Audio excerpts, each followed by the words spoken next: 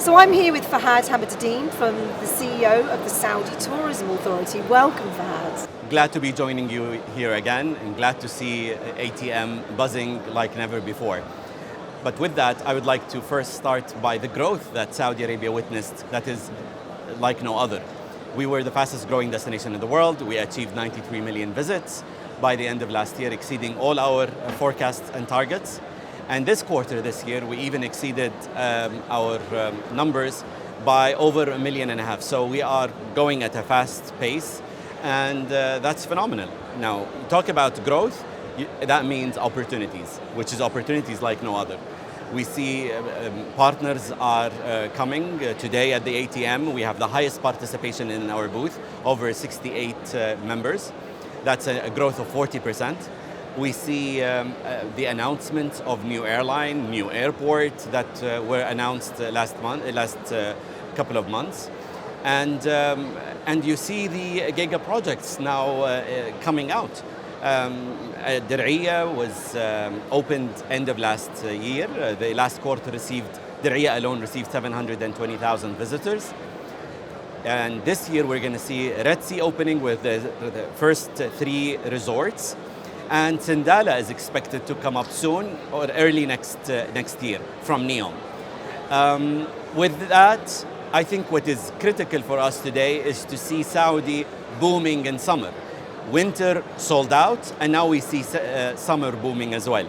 So people now are rethinking summer and thinking Saudi. Many people came back from Europe when it was too hot last year, and they actually went where it was cooler, and that was the mountains and the highlands of Arabia at the south, Asir namely, and many went to beach destinations. So it was a great success, and we're making sure we build on it. We are here today, and Messi and his wife and kids are in Riyadh. They're enjoying the green farms, and they're all also looking forward to coming back in summer and enjoy the mountains of Saudi. So what do you think are the biggest opportunities for business going forward?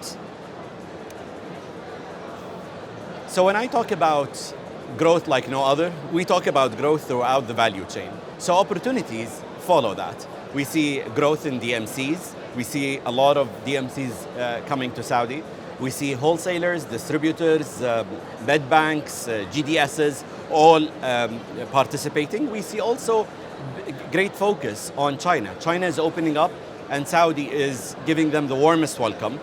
And we see airlines adding routes to Saudi. So we just announced this quarter additional 15 routes. Last year we announced 24 new routes, and more to come. And finally, what's your biggest achievement, or what are you most proud of at STA?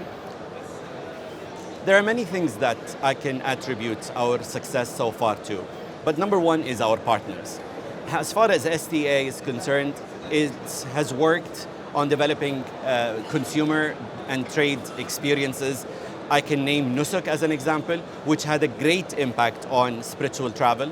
We've witnessed the highest record traffic month after the other in this year. But Saudi at large, the whole government is announcing, from regulation to infrastructure. We talked about the airlines and the airport, but I can talk about the visas and the visa scheme and how it got deregulated and improved. So we announced the GCC online visa for all residents in the GCC. We announced the free transit visa for 4 days, and cruise transit visa or cruise visa for free. So there is a lot to continue on that track as well. And I guess my final question is, what are you most excited about in terms of the potential of Saudi's tourism industry? I think our experience during the World Cup with Qatar showed that the collaboration can take us all to greater levels. So the success of each is the success of all, and that's where the tide lifts all ships. And I see this witnessed today in collaboration of all GCC countries, joint promotion, joint platforms, and joint trade partnerships. Well, Fahd, thank you very much for joining us today. Thank you for having me. It's always pleasant to see you here.